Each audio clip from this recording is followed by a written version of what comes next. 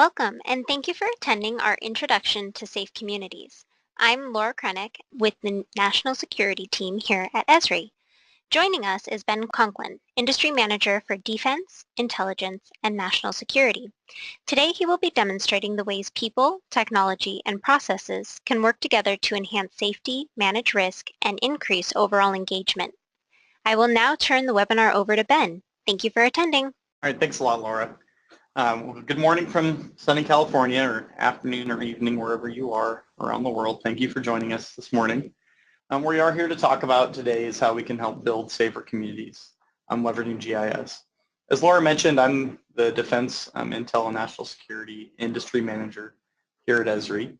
My background is primarily in defense, and over the last several years, I've primarily been focused on national security problems, and I often would think about those problems as remote challenges where the conflicts are very far away from us. But actually those kind of conflicts, even though they're challenging and interesting, over the last few years I've been trying to work closer with our public safety team to try to understand the more pressing problems of safety and security at home. That's something that impacts us all every day. We need safe and resilient communities in order to effectively function and to realize our vision for the future. Before we go any further, we should all agree on what is a community. So think about it in terms of scale. There are many different kinds of communities that want to be smart, safe, and healthy. A community is a social unit of any size that shares common values. So we're all a community, here at Esri and Redlands. I guess we could even say everybody in this webinar is a community of our own. But we all live in very different scale communities. So everything from groups of people to a neighborhood, to a city, an emirate, a nation, and ultimately the world. So when we talk about community, we're talking about all levels of government. We choose to use community as a broader term because we believe all levels of government want to improve safety and security for their citizens and create places where people are proud and happy to live. We all know that our world is facing many threats that directly and indirectly affect our communities. Failures of governments, access to clean water, unemployment, theft, cyber attacks, loss of biodiversity even, breakdowns in critical infrastructure, spreads of disease, and of course natural catastrophes. The challenge is, what can we do about these threats? The answer is before us. We see GIS as a way to help us become smarter, safer, and healthier. As the president of Esri, Jack Dangerman, likes to say, you are measuring everything. You're integrating things, you're gaining new insights, you're automating and visualizing, you're seeing the whole, you're thinking holistically, and increasingly we're operating in real time. For him, that's the meaning of this word, technicalization of the planet, and smart thinking and smart action. To help us understand this complex world, the capabilities of location, mapping, and importantly GIS technology are becoming essential. We combine the science of geography along with the technology of GIS in what we refer to as the science of where. This allows us to do many things. Most obviously, we can integrate and manage our location-based data. The first purpose of this, of course, is to enable it for visualization and mapping, helping us understand the spatial importance and relationship of everything. Even more importantly, we can analyze our data and model complex relationships. These capabilities let us do planning and design, prepare for future contingencies, or improve upon what we're already doing. We can use GIS to assist in decision-making, understanding what is happening, and also understanding the impacts of our decisions. Finally, GIS enables us to take action. We use it to maintain situational awareness and also to capture and evaluate the effects of our actions. GIS is getting smarter. We're leveraging many of the innovations that you hear about in the general technology trends. New capabilities like cloud computing, big data computations, working with improved visualization capabilities, GPS, smart devices, working with drones, working with IoT, 3D data, 4D visualization, so using time and space to visualize information. And we're also working with improved technologies for collecting data like crowdsourcing, remote sensing information, smart mapping, improved visualization. Apologize for any of the audio challenges you might have been having. I think I fixed the placement of my microphone, so hopefully you'll be able to hear me better as we move forward. All right, so as we're starting to talk about how GIS really helps us work in the realm of safe communities. One of the key new capabilities of GIS that's emerged in the last few years is this idea of integrating real-time information. This means providing dynamic information about everything. This could include the built environment, so sensors and capabilities built into buildings and equipment. Of course, also the natural environment, the things that we measure remotely or directly through field workers or through remote capabilities. All of those things being integrated together in real time. What we're also seeing with GIS now is that it's becoming a way to connect everyone together in what we refer to as a system of engagement. This idea of engaging everybody in your organization. Everybody in an organization wants access to the authoritative maps that are used to run the organization. They want access to that information on any device at any time, anywhere in their organization. But they also want to be able to share geographic knowledge. People have geographic data and information that they collect as part of their daily work. They want to be able to share that geographic information with other people in a collaborative fashion. They want to be able to work together on common problems using maps as a common language for communicating with each other. GIS also embeds advanced analytics and visualization. This lets us get insights into our information and understand the impacts of data and decisions we're making. We have many different kinds of analytics inside of a GIS. Most recently, we've added big data analytics, the ability to take large volumes of data, and instead of sampling it out to do our analysis, we can actually analyze all of the data together in one place to look for patterns and trends that are not obvious in the data. We also have the ability to interactively explore our data, both visually in terms of maps, but also interactively through charts and other visualizations to help us understand how things are working and how information is interacting with each other. And then finally, of course, we have the area of our rigorous spatial analytics and geoprocessing, our ability to develop complex spatial analytic models built by authoritative, knowledgeable people in specific tradecraft and then shared with other people in the organization to analyze and exploit our information. All those kinds of analytics come together along with our data to gain insights into what's happening in our world around us. The way that people access geographic information is in applications. We have many new applications that provide access to a variety of different people in a variety of different environments. Things like doing alerting when events happen, like applications that are developed by our customers like USGS. I'm doing things like flood analytics and prediction. I'm engaging our community. These smart applications are providing access to people without needing months and years of training. They provide easy, simple access to information. They also provide access to it in new ways, on new devices and in new environments to let us use GIS in all kinds of different ways. So what we're really seeing now is this idea of engaging our community using our GIS, and that's across many different facets. Everybody in the community is responsible for the safety and security of that community, and we want to connect to all of them, all the different organizations, whether that's our non-governmental organizations, our citizens, our journalists, connecting to organizations like civic hackers who can access our open data to build new and innovative applications. Or they can help us respond quickly to disasters through things like crowdsourced data collection. What this is enabling what we'd like to refer to as a smart community. So smart communities are connecting all people with information. All communities aspire to be smart, and we believe that all communities can be smart. Smart communities use data effectively to become more efficient, innovative, and responsive. They improve their processes, they inform their citizens, and they're transparent and engaging. The term smart community is really an umbrella term for several different objectives, including things like sustainable cities, safer cities, healthy communities, livable communities, and so on. The goal is really about delivering improved services and making the community a place where people want to live and do business. Under smart communities, we see many different initiatives in many different environments. Those initiatives take those aspirational goals and make them reality. They tie into strategy and policy goals, and they focus around specific areas. So for example, safe, can you manage unrest and crime control strategies? Healthy, can you mobilize to eradicate homelessness? Are you livable? Are you prosperous? Are you well run? These initiatives serve as key performance indicators to measure progress towards becoming smart. Of course, we see a key part of being smart is all about being safe. So what does it mean to be a safe community? So here's the definition that I really like, which comes from the Australian Safe Communities Foundation. It's one where the community works together, and the key feature is the creation of an infrastructure to combine resources and interest. And that's a really key concept that we see in safe communities. As we work with communities around the world, we like to think about how do you really know if you are a safe community? So community leaders and security professionals should consider all of these questions and identify which ones represent the different challenges of security. So, for example, can your community respond to health threats such as epidemics? Are you prepared to deal with an environmental or technological disaster? Can you protect your citizens when they gather for a major event? Can you manage civil unrest and execute modern crime and control strategies? Can you manage emergencies or intentional attack? Can you protect critical infrastructure, both physical and virtual? Can you secure your borders and manage refugees or migrants? So those questions all are relevant to many of your communities.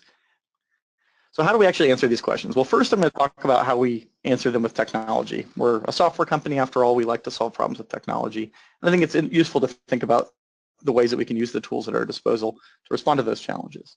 So we respond to these challenges using the GIS and enterprise capability, using our portal and server to manage our data. And the first thing we really need to do, leveraging our GIS, is incorporate our real-time data from our many different sensors. So I mentioned that earlier, that real-time is becoming an important part of our GIS. And in terms of dealing with the safe community, it's the key thing, because these activities that we're going to talk about managing, they all happen in real time, and we need to monitor and manage situations in real time in order to respond to those activities as they happen. Once we have the real-time information, we need to gather that, fuse it with our other information, our foundational intelligence. We need to analyze that data, and we need to actually share it out in real time so people can have a real-time picture of what's happening. We can use that information then to formulate and disseminate plans. So we can look at what's currently happening or what we predict is going to happen in the future. We can formulate and develop plans around that, and then we can share those plans out with the rest of the organization and even potentially with our citizens and our society. Once we have the plans and we start to execute an operation, we want to monitor that situation through real-time tracking. We want to route people to the right locations, and we want to communicate effectively about what's happening. And we use maps to help that communication. And then ultimately, we're trying to maintain a shared situational awareness. We want to manage our deployed forces. We want to understand what's happening. And we want to adjust and evolve our plans based on what's happening on the ground and maintain that shared situational awareness across everybody in our organization. So that sounds really complex, and it is actually a fairly complex problem. But in reality, we can see this come together through a set of simple, focused applications. So just like in your personal life, when you use your phone to find the closest restaurant or to book a hotel, use a focused application to do that. In the same way, we want to use focused applications to respond to emergencies and to manage activities in our environments. So we can do that. We have purpose-built applications that are optimized to support some of these complex workflows. Behind the scenes, the GIS is working to integrate the data and information, and it hides the complexity behind these simple applications. So for shared situational awareness, we have the operations dashboard. For our field forces, we have numerous applications like Survey 123, Collector, or GeoForm. This lets our forces share data back with the rest of the organization. And finally, we have applications that let us share our plans, intentions, and communications with the public. This is in the form of what we like to call story maps. So with that, actually, we're going to go ahead and move on to an example. We're going to use those three applications together to kind of show you how a GIS can support improving the safety of our communities. So what you see now on the screen is an application that's the operations dashboard. So this is the application that provides us a real-time situational awareness view of what's happening inside of our environment. The operations dashboard is fully configurable, so the view that we're showing you here is just one example of the kinds of information you can display in the dashboard. There's many different views you could add. You can add many different layers of information. For example, in this case, we're going to take a look at a protest that happened in Philadelphia. And we want to take a look at the different layers that we might want to add in. So we have the location of specific officers. We have the protesters themselves that we're monitoring. We have some of our key assets on the ground. So we've added those layers into our map. And now we can see them in real time as they move around and transmit their location, or as we update reporting that's coming in from the field. We have reports that have come in already, so things like field reports, so maybe people performing interviews or taking specific action. Those have been reported in, and we're seeing those as they come in real time. So how are those reports being collected? Well, people in the field are using their devices. In this case, this is a device running on the Collector app, in my case, a Windows tablet. But we, of course, could run these on Android or our iPhone applications. And we have a simple way to just collect what we'd call these field interviews. So if we go out in the field, we see something happening, we can mark on the map where it is, or we could use our location. We could make a note, such as maybe somebody's throwing a device. And so I made that observation today. And we can attach a photo. So we can either take a picture or just attach a photo. In this case, I'll attach a photo Since I'm actually in the office, of course, I don't have a picture of somebody doing something like that. And then we can submit that back, and that gets submitted back up. It sends the record and it sends the picture back up to the headquarters. And then in the headquarters, we of course see the report immediately in our situation awareness view that just came in. So we have access to that report. So as a person who's managing and monitoring the operation, I'll be looking for not just looking at all the data, which can be overwhelming, but instead what I want to see is specific data called out. So I have these additional information views. I can see how many units are active. I can see the barricades. So actually I wouldn't need to see every unit on the map if I didn't need to. Or I can drive to specific types of units in a simple list view like this one. I can also get reporting in maybe from some of these observations, and those get displayed automatically for me based on most recent or most important report. I can also do simple analysis in this application. So in this case, maybe I do actually have maybe that device I suspect is being a bomb, a pipe bomb of some kind, and I want to know right away where would I need to evacuate people if I need to evacuate. So we can use the simple bomb threat tool. We can pick the kind of bomb. This is using the guide from the FBI on the type of bomb. In this case, we'll just say a pipe bomb. Click on the map, and then we'll run the analysis. And what it does is identifies for me the area in red where people need to evacuate, and then the area in orange where they need to shelter in place. And depending on the type of device that it is, the analysis will be changed based on that device. So again, simple analysis being run in this application and using it to help us make decisions. We might also have some more complex analysis that we might want to let somebody run. We could add that analysis tool inside the dashboard, but this might be something for more of a deliberate planning activity. So in this case, let's say we weren't worried about a pipe bomb, but we're worried about some other kind of a chemical spill or damage to some other piece of equipment that might have dangerous fumes. So we can actually use the emergency response guide to plot that on the map and take a look at its plume. So VX gas, of course, that's probably highly unlikely, but there's lots of other things that we could actually deal with even in a normal basis. And we can plot that on the map, and using the information we know about the current wind direction, the time of day, the size of the spill, and then using that emergency response guide, we can run the analysis on the server and actually see the areas that need to be evacuated, the likely area for the plume, and this could help us do some quick planning for potential evacuation scenarios when something's unfolding. So we can do that kind of analytics in a focused app, and you can give this to maybe the key people in your organization who would respond to this type of incident, and they just have that focused application. So there's many different ways that we can provide access to that kind of analytics. So in addition to having that situational awareness and having that ability to do analysis, we also want to be able to share information out to other people in our organization and to the public. And the way that we do that is through story maps. So story maps you can think of like any other briefing product. It's something that we would share with somebody that tells them information that they need to know in an easy to understand way. This is the Cascade story map. So for example, we might want to let citizens know about road closures. The good thing about that is that story maps contain live maps. So they're always up to date. So as you change your plan and you identify new road closures or new responses that need to be responded to, anybody who comes in and reads this briefing would have an up-to-date map of the situation. So for example, we can provide information like updates as situations unfold. So maybe after the protest started, there's a group of protesters who begin to vandalize and loot businesses. As soon as that happens, we can identify that area. This area can be updated as the riot moves, and anybody can come here at any time to see what's happening. We can also report specific emergencies. We can even use applications like this to solicit input from the public. So for example, we could give them a simple form to fill out if they see something happening. So just like the collector form, but in this case, they don't even need to have the application. They can just report, okay, we've seen a suspicious person. They can contact me about, what happened, and I can provide some additional comments about what I've seen, person breaking window or something like that.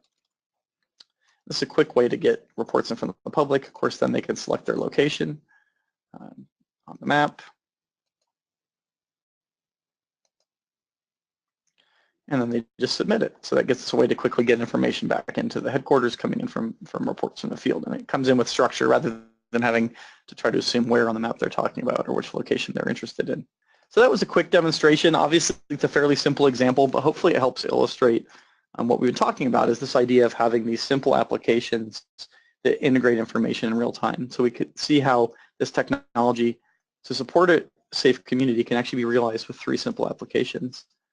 And that it's not really, that all the complexity is actually hidden behind the scenes. It's that kind of illusion of simplicity. It is simple, but it's actually, all the complexity is happening on the GIS server. It's kind of happening on the back end, And those applications themselves for our major workforce, they're very simple, they're very easy to use.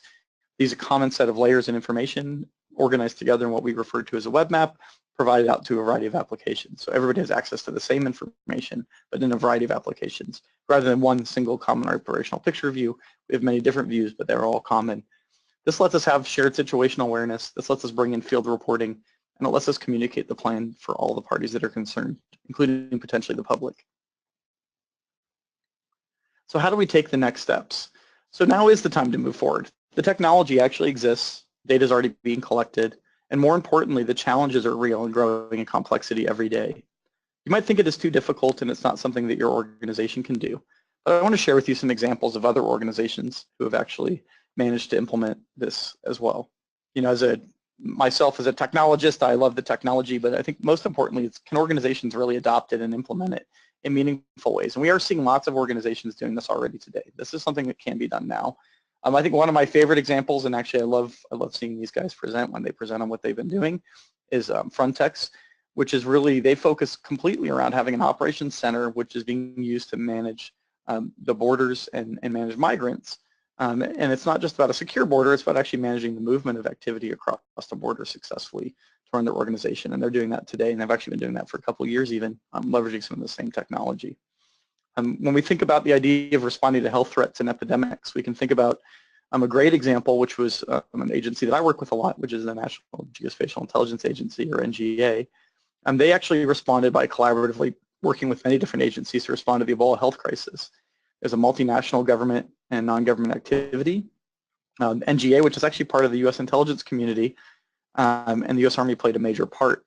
And they actually took a lot of the things that they would develop in more classified networks, and they actually put that together and they put it out on unclassified network and made it available to all the different organizations that participated. And this is a way that you can think about even from a military context, how you'd respond even in the case of things like biological warfare as well. Of course, we're managing critical infrastructure, so we of course have nationwide projects to help manage critical infrastructure, and then we have even very focused projects like the one we're looking at here, which is the Port of Long Beach. They run their operations center that helps the security of one of the busiest ports in the world, managing it, both the operations of the port itself and the security of that port, and helping manage the infrastructure, which impacts our very way of life. So in California, these tools are used by the Office of Emergency Services. So for example, used in the earthquake in Napa Valley, is also used after Nepal by NGA and the International Center for Integrated Mountain Development to respond to the earthquakes in Nepal, to help manage the response, help assess the damage, help both for search and recovery, help with the cleanup efforts, so long continuing efforts afterwards as well. So using that technology in all phases of that response to that. And of course we can use it for pre-planned events, so events of significance that we're going to bring lots of people together, and that obviously those events unfortunately create security problems. They create a target for people that want to do harm, and they also just, you have regular routine criminal activity and the safety and welfare of the people at those events to worry about as well. So in all cases, you need to be able to handle attacks on your community as we start to bring people together, as they're gathered together. This includes the pre-planning phase, so planning for the event, but also monitoring and managing the activities as they happen after the event. And then finally, can you deal with attacks on your community, unexpected attacks? There's many different forms of these. Unfortunately, they're all in the news all too often. We have examples like the Malaysian Ministry of Defense helping respond to the shoot down of the Malaysian airline flight MH17 over Ukraine. Dealing with the investigation, dealing with managing, working with Public Affairs Office, working to understand what really happened, what really unfolded, and then also communicating that out to the public. And then we also, of course, have lots of different active shooter situations that unfortunately have happened around the world as well. And all of these people are using the technology to respond to those and to understand and manage the response to these attacks on our communities and hopefully help prevent against them. So we talked a bit about how technology is used to help make your community safer, but of course it's a lot more than technology. I'd love to tell you that the technology is all you need, but the reality is that actually it takes three pieces. Technology, of course, is important, but most important is really the people, and then therefore the processes that we apply with the technology. We need modern approaches to solving these problems. Agencies and organizations need tools and capabilities to adapt to fluid risks, to support a variety of different mission requirements. And they need to be able to identify threats, collaborate together, unify their operations in order to rapidly respond to events and to communicate with the public and analyze their success or failure. So in terms of people, the most important thing first is what we call forward-thinking leadership. So having this executive policy in addition to technology. So having a policy which is forward-leaning in terms of leveraging the latest technology, but also integrating these important new sets of data, this idea of leveraging real-time information as part of your day-to-day workflows, integrating it in before something happens, managing it as part of your routine services, using it in your planning and preparation, using it to integrate different information from different environments in order to be ready to respond when something happens or to plan to prevent something from happening. Of course, you need a process. We really need you to prioritize the initiative. So you can't tackle all of those 7 questions at once, for example. And in fact, you can't actually even serve necessarily your entire organization or your entire community at once. You need to prioritize those initiatives, develop a roadmap, and then implement specific actions that you can manage. And of course, then, from a technology perspective, so most of you, I'm guessing, your organization has the GIS capability inside the organization. Quite often, it's not being leveraged in the way it needs to be leveraged in order to help provide safety and security. Quite often, the GIS capabilities are put into a specific department. They're not connected to the operations centers. They're not connected to the real-time operations that are happening. So we see a lot of organizations that are struggling to manage these activities because they're not leveraging their existing GIS investments, using that GIS investment as an integration platform in addition to just an environment to make maps. But forward-thinking communities are doing this. They're using GIS already. We have lots of communities doing this today. They're driving departmental collaboration at least. They're using it in city planning. They're using it in future planning activities. And in many, many communities, they're using it to help make their community safer. But this is a place we see the need for a lot of growth. Really the need to integrate all the new sources of real-time information, the cheap and available sensors, the availability of mobile devices and great communication networks, take advantage of all those trends in technology to improve access to applications and information for everybody who needs to respond to security events. And the way that we see people doing this is getting started with a very simple, very focused implementation. So, you know, in the past, many of the organizations I work with could get away with saying, okay, we're going to spend 2 years developing requirements, we're going to spend 3 years building an application, and then we're going to field it and it's going to live for 5 years. But that doesn't work anymore. That's not the modern IT world we live in. The technology is changing too fast. New data sources are coming online all the time. What we need is this ability to quickly and rapidly deploy operational capabilities.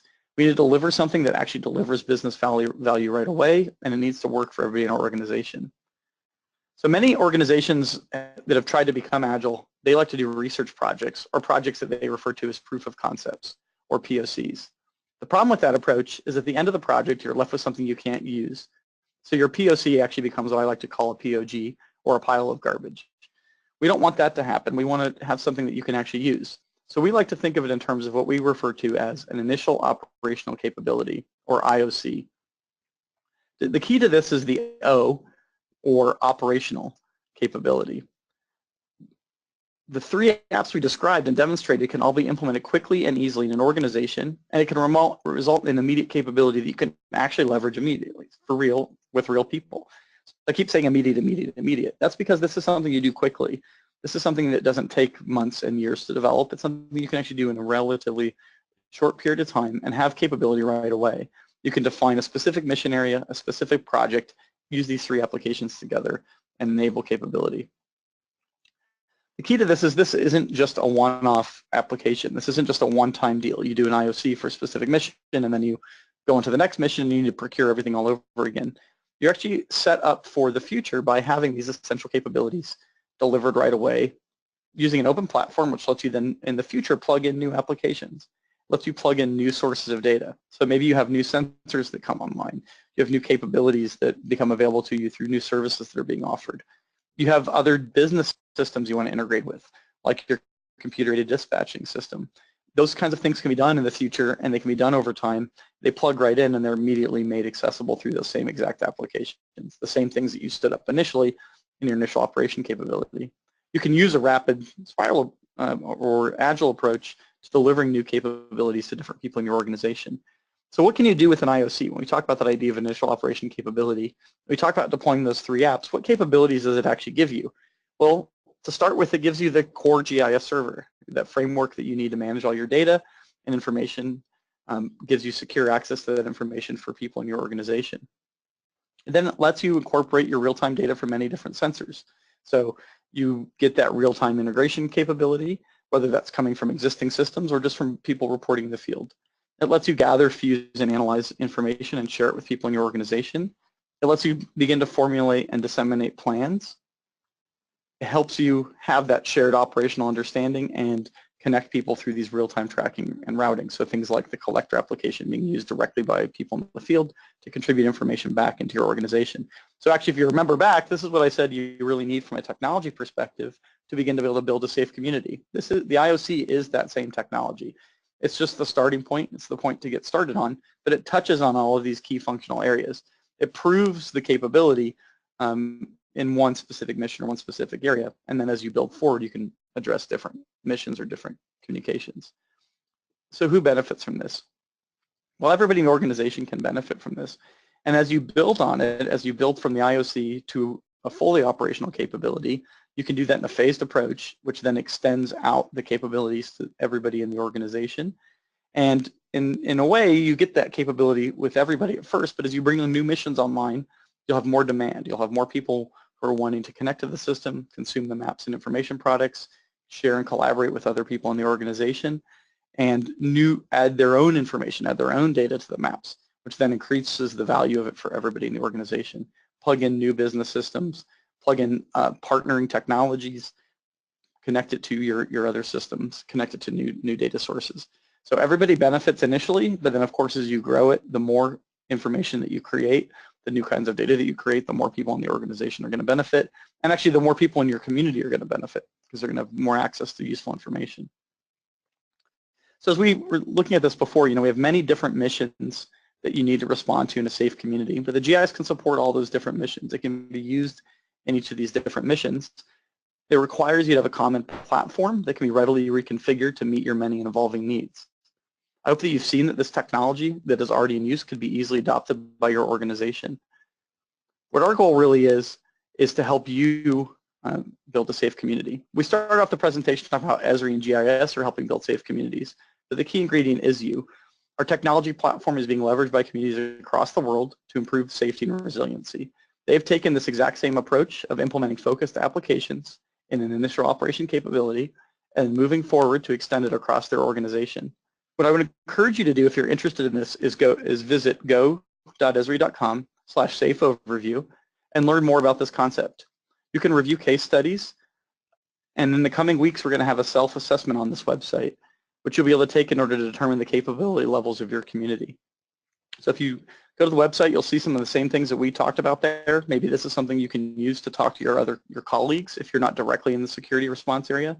These exact same questions that we talked about are each dealt with directly and specifically on the website.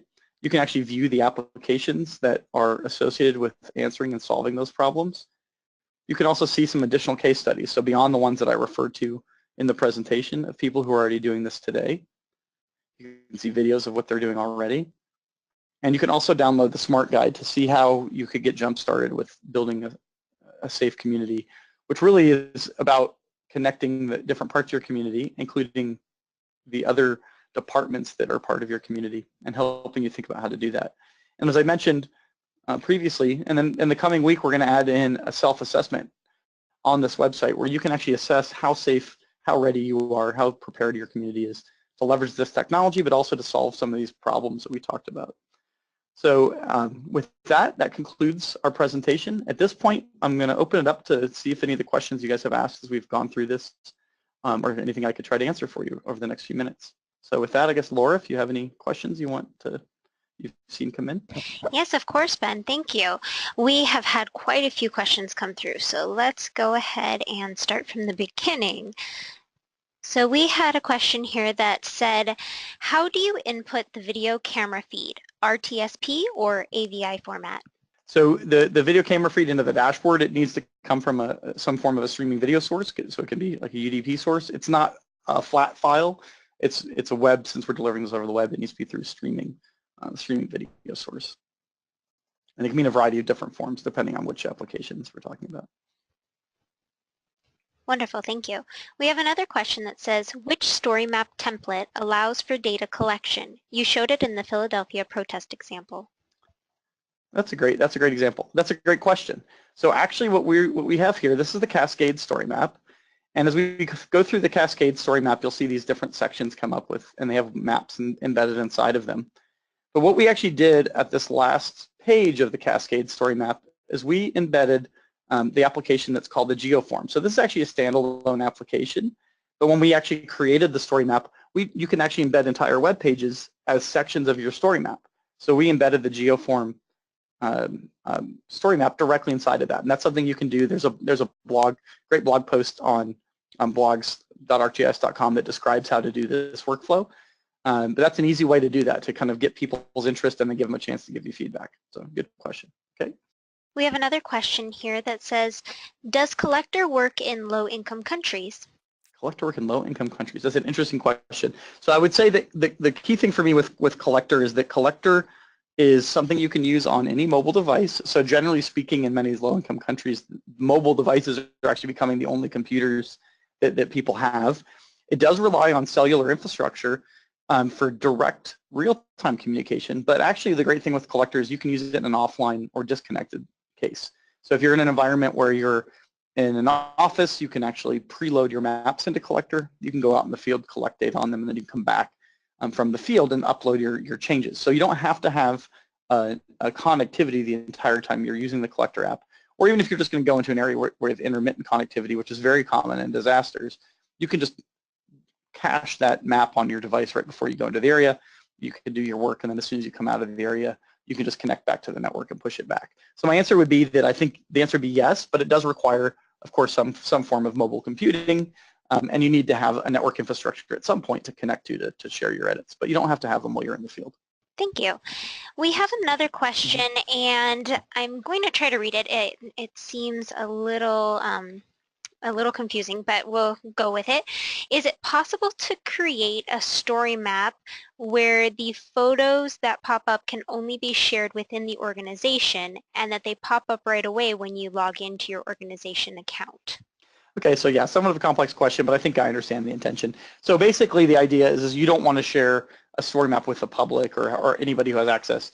Absolutely, absolutely. Story maps do not, we refer to them quite often as being something you'd use to share to the public because they work really good for that.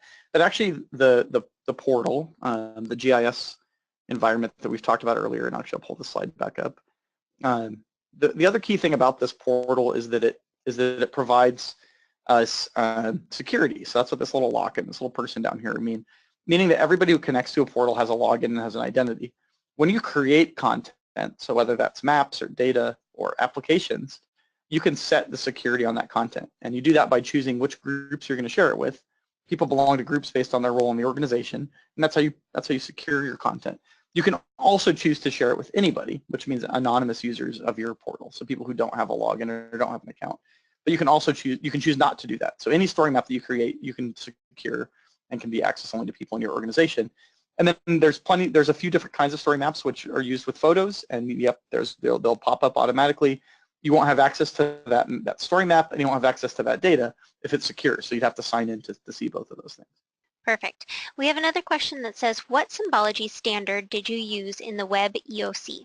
That's a great question. I think in this case, I'm not positive that we're actually using a standard on the example I showed you. We do support a variety of symbology standards. They're slightly outside of my level of experience. I think NAPSIG or something like that, but I'm not 100% positive. That might be a good one for me to follow up with my colleagues on. But we do support symbology standards in the platform. In the case of the example I showed you, I'm relatively sure that was not specifically following a standard. It was more for ease of showing in a demonstration for people to understand what I was showing. Okay, and for anyone answering questions today, if you would like a more detailed answer for any of your questions, you're more than welcome to reach out to myself at lkrenek@esri.com, and that's Krenek, and we will address them in more detail. But we're going to go ahead and continue with some of the other questions that have appeared. So I have one that says, I don't quite understand how to start with Dashboard. It appears to be a free download, but I only see a join the beta option on your website. Is this the appropriate way to start working with Dashboard? So great question. So the operations dashboard, and actually all the applications I showed you, expect you to have a portal in your organization. So actually I'm going to come back to the IOC slide here. So this little icon down here at the bottom, that's what we call a portal. So that basically means either an organizational account on ArcGIS Online, or having that same exact software installed behind your firewall in your environment in what we call the GIS server, which has portal software on top of it. When you launch the dashboard, it's asking you to sign into your organization. So basically to connect to the organization that you belong to. If you sign into your organization, then you can create and share views with anybody else in your organization. If you don't have an organization to connect to, then you can basically just try it out with some of the things that we've created, and that's why it mentions the beta community. But yeah, the intention of using the dashboard is to connect, to sign into your organization. It's not a standalone app, it's built to tie into the organization. And actually the other apps I mentioned are really all the same concept as well. They're all meant to connect back to your organization. Okay, next question.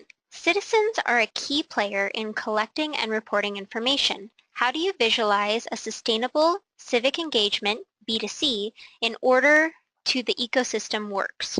Okay, great question. So one thing, I guess this is probably slightly outside of what we typically talk about in IOC, but I want to mention that we have a number of different solutions for some of these specific problems, and actually this is a good one. So if you actually go to solutions.arcgis.com, you can look at some of the solutions we have kind of under our local and state government group. So actually, let me see if I can find this quickly. I'm hoping that I can. Let's see. There we go. Go to the gallery. All right. So I'm just going to look in here for our citizen reporting applications. Although it looks like there's quite a few. So actually, sorry, I'll look a different way. So crowdsource maybe is the better term I'll use here. At some point I will find this, I promise. Okay, I'll stop trying. But there is a crowdsourcing application, set of applications on the solution website. They're also part of, if you log into your ArcGIS Online account, for having people in your community. There we go. Those are some of the ones I'm looking for right here. Having people in your community contribute information, but also having the tools you need to review that information as it's coming in, and also be able to review that information and then provide back out a public view of that data. So we see it as being critical, but we also see that there has to be kind of a set of applications and workflow to go with it. So the platform has a set of those applications together for crowdsource information. So you can look them up on our solutions website, or if you just sign into your organization, you'll see them as templated apps for collecting information from our citizens. Okay, and one of our viewers also wants to know, in your demo, were you showing WebGIS or the ArcGIS platform? So they're both the same thing. So I would say WebGIS is a concept and the ArcGIS platform is the software. So the ArcGIS platform is what enables us to, again, kind of hide that complexity, right? So basically, the ArcGIS platform is everything behind the scenes. It's the GIS server and services. It's the analytic tools. It's also the applications that we were using. The ArcGIS platform implements what we'd refer to as a WebGIS quite often. You'll hear us use that phrase in many different environments. And what we mean by that is we're leveraging the technology of the web, so the protocols of the web, and the concepts of the web to extend GIS to everybody in our organization. So we're using the web as the backbone to share data from the portal to these applications, and we're using concepts of the web, like focused apps, to contribute to the GIS. So the answer is both. The answer is both. Perfect. And can you also share out the blog web address that you mentioned earlier in this webinar? Yeah, let me see if I can find it real quickly, but if you want to go on to the next question while I do that. Of course. The next question is, can you help to build an entire application ecosystem that is an app and the back-end platform, including the integration with various agencies? Yeah, so okay, great question. So that's, yeah, absolutely. So I think when I talk about the idea of an initial operational capability, I think that's important, this idea that I want to stand up very quickly, these three applications, very simple, very focused, tied into my organization. But what we definitely see when we're working with when we're working with large agencies is the need to then integrate more applications, integrate more sets of data from various systems. And that's a longer kind of project that we do. We basically would say that we start with that initial operational capability, and then as you start to think about integrating with other agencies and integrating with other systems, that's more along the lines of what we call that fully operational capability. We definitely do that. We've done that with many organizations. And I'll give you an example. We talked about the National Geospatial Intelligence Agency earlier, NGA. They have an environment that they use with their intelligence community where they basically provide that geospatial services through what we call the GIS portal and applications out to their entire community. So it's 17 different agencies all collaborating together, and they're providing maps and applications to those 17 users. Those users are all on a classified network, and they actually have over 60,000 users of that system. So it's a very successful system, and it's doing exactly what you're describing. So yeah, we definitely can do that. We definitely have done that. It's a little beyond what we call that initial operational capability, but it's something we do well. And if you want more information at the end of the survey, just let us know that you want to be contacted, and we can give you more information about how we do that and where we do that. Wonderful, thank you. We have another question. Okay, that's in the blog. Sorry, yeah. I wanted to answer the blog one real quick. So it's just blogs.esri.com/esri/ArcGIS, and if you look for story maps blogs in here, there's a whole bunch of different tips from folks at Esri about how to. Sorry, I typed the wrong words. It's good for typing and talking. Story maps in that search box. You'll get back a variety of different blogs, and they'll tell you there's examples in there of this embedding workflow. So some of the getting started steps in those blogs. Okay, all right, sorry, go on to the next question, Laura. Oh, not a problem. We have a question that asks, can these products be used by individuals to gradually build their community without the aid of a centralized server? No, I mean, basically the answer is no. I mean, the main thing that we talked about, that idea of we call the illusion of simplicity. You need an organizational account. Now you can sign up for a free or a trial to try to get yourself going. There's some things you can do with the public version of ArcGIS.com, but really you need an organization of some kind. Now we have them at very different scales. So if you're a small government, you're a small NGO, you're a small organization, you can get access to that for a very inexpensive approach. My recommendation would be to get a trial version, try it out, see and think about who in your organization would need access to it, come up with a plan for how you're going to do that. But fundamentally, the GIS server is what we're using to make all those simple applications work. And you need that. You need at least an ArcGIS Online organization. But I'd say give it a trial would be my sense. You might be surprised that it's actually easier to do and easier to start than you'd expect. And with that, we probably need to wrap up the questions. Okay, we'll just go ahead and end with this final one, asking if this topic is going to be discussed during user conference this year. Definitely. So that's a great question. We actually have 2 whole days in our National Security Public Safety Summit that you can hear all about this, but not from me, who's not even necessarily the most eloquent on this. Actually hear it from people who are really doing it. So we have 2 full days chock full of different organizations who are actually doing this every day, and they can talk to you about what they do and the experiences they have. So that's our National Security Public Safety Summit. Highly encourage you to attend this if this is a topic you're interested in. The great thing about that summit, it's the weekend before our International User Conference in San Diego, and then it includes the first 2 days of the user conference as well. So it's a great way to just, if you want to be really focused on public safety and security and then see the plenary and some of the other sessions at the UC, it's a great way to go to that. Okay, I think that's a great one to end on, because it's probably one I should have thought about including in my slides. So. Perfect. Thank you so much, Ben. Right, We'd like to thank all of you for joining us today and for all of these wonderful questions. If we didn't touch on your question today, please do feel free to reach out to us and we'll be happy to address those one-on-one.